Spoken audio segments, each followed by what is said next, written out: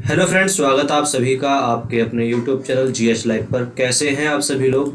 तो जैसे आप यहाँ पे थंबनेल देख रहे होंगे, एसएससी सीएचएसएल न्यू वैकेंसी। हाँ जी, बिल्कुल आपने सही देखा है। एसएससी सीएचएसएल की न्यू वैकेंसी आपकी आ चुकी हैं। अभी कितनी है, अभी तो उन्होंने जो मेंशन किया है केवल 1600 वैकेंसी मेंशन की हैं, लेकिन अभी आने वाले समय में वो वैकेंसी बढ़ेंगी, ये बात पक्की है। तो कब से फॉर्म भरे जाएंगे, कितनी वैकेंसी है, फिजिकल मेडिकल होगा नहीं होगा, योग्यता कितनी होनी चाहिए, सैलरी कितनी होनी चाहिए, इसके बारे में हम पूरा बात करेंगे। तो एक बार बात को ध्यान सुनिए, जो इस फॉर्म को भरने के लिए जा रहे हैं, जो इस एग्जाम को देना चाहते हैं, उनको मैं बताना चाहूंगा कि जो फॉर्म भरना चाहते हैं तो आप इस फॉर्म को भर सकते हैं। कब से भर सकते हैं, तो आप इस फॉर्म को फिल कर सकते हैं आपका 9 मई 2023 से इसको फिल कर सकते हैं आप। और इसकी जो लास्ट डेट रहेगी वो रहेगी 8 जून 2023। तो 8 जून 2023 लास्ट डेट रहेगी जब आप इसको फिल कर सकते हो। उसी प्रकार से अगर हम बात करते हैं, अगर आप फी फिल करना चाहते हैं, अगर आप पेमेंट करना चाहते हैं फीस का, तो अगर आप ऑनलाइन पेमेंट करते हो फीस का, तो ऑनलाइन पेमेंट जो रहेगा फीस का वो आपका रहेगा 10 जून लास्ट डेट होगी। 10 जून लास्ट डेट होगी। और उसके बाद अगर आप इसको ऑफलाइन पे करना चाहते हैं तो वो 11 जून आपकी लास्ट डेट होगी। लेकिन ये आपको अच्छे तरीके से पता है कि एसएससी की जब भी कोई भी वैकेंसी आती है उसकी लास्ट डेट आपकी बढ़ती है, ये आपको अच्छे तरीके से पता है। अब अगर हम बात करते हैं सीएचएसएल की, तो पिछले वर्ष से सीएचएसएल ने अपने एग्जाम के पैटर्न में चेंज कर दिया है। क्या चेंज कर दिया है कि वो जो आपका रिटर्न एग्जाम है उसको दो फेज में लेगा, प्री और मेंस, जिसको हम टीयर फर्स्ट और टीयर सेकंड हम उसको बोलते हैं ना। तो टीयर फर्स्ट में क्या होगा, प्री होगा। और प्री आपका जो कंप्यूटर बेस्ड एग्जाम है वो आपका अगस्त 2023 में आपका हो जाएगा। ये बात पक्की है, क्योंकि एसएससी ने जिस स्पीड से आपने एग्जाम करा रही है, चाहे एमटीएस का हो चाहे आपका जीडी का हो, हर एग्जाम उन्होंने टाइम पे कराया है। तो ये भी आपका अगस्त में आपका एग्जाम हो जाएगा 2023 तक। उसके साथ साथ आपका टीयर सेकंड जो होगा, जो आपका मेंस का एग्जाम है, वो आपका इस एग्जाम के लगभग 2 या ढाई मंथ बाद, 2 या ढाई महीने बाद ये आपका एग्जाम हो जाएगा। तो मेंस की तैयारी भी आपको साथ के साथ करके चलनी है। उसी प्रकार से अगर हम बात करते हैं यहाँ पे पे स्केल की, तो पे स्केल यहाँ पे आप देख रहे होंगे एलडीसी के लिए भी, जेएसए के लिए भी, अगर आप डीईओ डेटा एंट्री ऑपरेटर, यहाँ पे स्केल आपको दिखाई गई है। तो data entry operator grade A की जो पे स्केल है वो सबसे ज्यादा है, सबसे बढ़िया है। तो अगर आप अच्छी रैंक पाते हो इसमें, तो आपको यहाँ पे ग्रेड ए जो डेटा ऑपरेटर है ग्रेड ए वाला, वो भी आपको पोस्ट मिल सकती है। इसको आप अच्छे तरीके से देख सकते हैं, इसकी सैलरी, पे स्केल क्या है।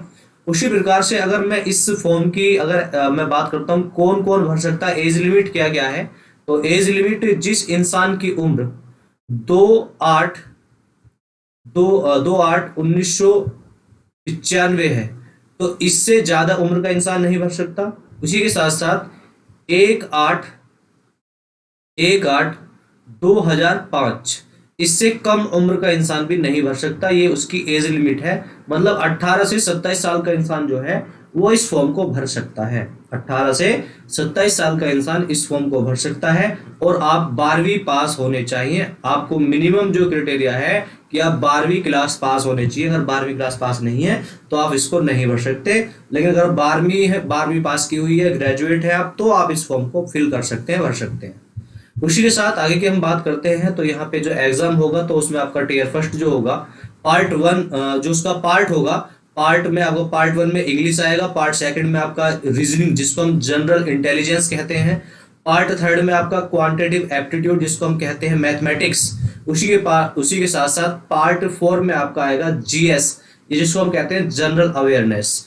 25-25 क्वेश्चन होंगे और एक क्वेश्चन 2 नंबर का होगा। मतलब 50-50 नंबर का हर पार्ट होगा। और टोटल ये जो आपका एग्जाम होगा वो 200 नंबर का होगा। लेकिन अच्छी बात ये है कि ये वाला पार्ट आपको केवल क्या करना है, क्वालिफाई करना है। इसको आपको क्वालिफाई करना होगा। अगर आप मेंस में जाना चाहते हो, आप अगले पार्ट में जाना चाहते हो, तो आपको ये क्वालिफाई करना है। लेकिन एक बात ध्यान रहे कि जब आपका सिलेक्शन होगा तो ये वाले नंबर आपके ऐड नहीं होंगे, चाहे आपने 200 में से 200 लाए हो। ये आपके सिलेक्शन पर डिपेंड नहीं करेंगे, ये आपका सिलेक्शन मैटर नहीं करेंगे। उसके बाद आपका 2-2.5 महीने बाद जब आपका सेकंड होगा, जिसे हम कहते हैं मेंस, तो मेंस आपका 2 सेशन में होगा, फर्स्ट और सेकंड। और याद रहे दोनों session on the same day, दोनों सेशन जो है वो एक ही दिन होंगे। तो आपको अच्छे तरीके से तैयार होके जाना है। जहां पे आपका स्किल टेस्ट और रिटन टेस्ट दोनों होंगे। तो मेंस का जो पहला एग्जाम होगा, सेशन फर्स्ट जो होगा, वो 2 घंटे 15 मिनट का होगा।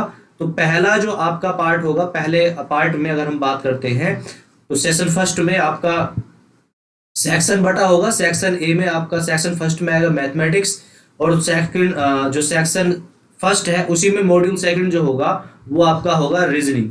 दोनों के 30-30 क्वेश्चन होंगे, 60 क्वेश्चन कुल मिलाकर, और एक क्वेश्चन 3 नंबर का होगा, 180 का ये सेक्शन फर्स्ट होगा। सेक्शन सेकंड में इंग्लिश लैंग्वेज और कॉम्प्रीहेंशन, रीडिंग कॉम्प्रीहेंशन होगा, 40 क्वेश्चन होंगे, एक क्वेश्चन 3 नंबर का। उसी प्रकार से जनरल अवेयरनेस आपका 20 क्वेश्चन होंगे, एक क्वेश्चन 3 नंबर का। तो सेक्शन सेकंड भी 60 क्वेश्चन होंगे, 3 नंबर के, 180 का ये होगा। उसी के बाद उसी में आपका सेक्शन थर्ड होगा जो 15 मिनट का रहेगा, जिसमें आपके जनरल कंप्यूटर के आपके 15 क्वेश्चन होंगे, कंप्यूटर के, कंप्यूटर नॉलेज के, और 15 क्वेश्चन में एक क्वेश्चन 3 नंबर का, 45 नंबर का होगा। लेकिन अच्छी बात यह है कि कंप्यूटर वाला पार्ट आपको क्वालिफाई करना है, इसमें आपके जो आपकी मेरिट बनेगी ये नंबर ऐड नहीं होंगे। अच्छा, कुछ लोगों के दिमाग में रहती है नेगेटिव मार्किंग कितनी की रहेगी, तो नेगेटिव मार्किंग 1/2 की रहेगी, हाफ की नेगेटिव मार्किंग रहेगी। जब आपके सिलेक्शन की बात आती है तो सिलेक्शन जो आपका बनेगा वो मेरिट बनेगी, वो इन नंबर के बेस पे बनेगी। लेकिन यही रही है कि नंबर आप लेकर आए और आप स्किल टेस्ट में फेल हो गए। सेशन सेकंड जो होगा, इसी दिन आपका सेशन सेकंड में स्किल टेस्ट होगा, और स्किल टेस्ट जो है वो आपका अलग अलग पार्ट में है। स्किल टेस्ट के बारे में आप देख सकते हैं यहाँ पे नीचे कि अगर आप स्किल टेस्ट की बात करते हैं, part 1 skill test for post of DEO, ये data entry operator, DEO grade A in department ministry mention and para 8.1। तो स्पीड जो है वो आपकी 15,000 की डिप्रेस करनी है 1 घंटे में कंप्यूटर, वो आपके कंप्यूटर स्क्रीन पे होंगी, वो आपको डिप्रेस करनी है, दबानी है। उसी प्रकार से पार्ट बी की अगर हम बात करते हैं स्किल टेस्ट में, तो इसमें डेटा एंट्री ऑपरेटर के लिए 8,000 की आपको 1 घंटे में डिप्रेस करनी है, दबानी है। उसके बाद अगर हम पार्ट सी की बात करते हैं तो एलडीसी और जीएसए के लिए जो स्किल टेस्ट होगा, जो टाइपिंग टेस्ट है हमारा, तो हिंदी और इंग्लिश दोनों लैंग्वेज में होगा। अगर हम हिंदी की बात करते हैं तो कोई बच्चा अगर हिंदी में अपनी स्पीड अगर इस जो टाइपिंग है वो हिंदी में करता है तो उसकी स्पीड जो है वो 30 वर्ड पर मिनट होने चाहिए। उसी प्रकार से अगर वो इंग्लिश में करता है तो 35 वर्ड पर मिनट होने चाहिए। ये आपका स्किल टेस्ट का रहेगा। लेकिन ये भी आपको क्वालिफाई करना जरूरी है। अगर आप प्री और मेंस दोनों आप पास कर लेते हैं, रिटन एग्जाम पास कर लेते हैं और आपका स्किल टेस्ट पास नहीं होता तो आप यहाँ पे डिस्क्वालीफाई माने जाओगे। तो ये सब आपका रहेगा। तो आप जल्दी से फटाफट से इसको फॉर्म को फिल कर दीजिए, क्योंकि अब ऐसा मौका आपको कभी नहीं मिलने वाला है। अगर हम बात करते हैं आपकी तैयारी के लिए, तो सामान्य विज्ञान घटना चक्र जो साइंस की बुक का, साइंस का ग्रंथ कहा जाता है, तो उसकी क्लास शाम को 9:30 बजे चलती है।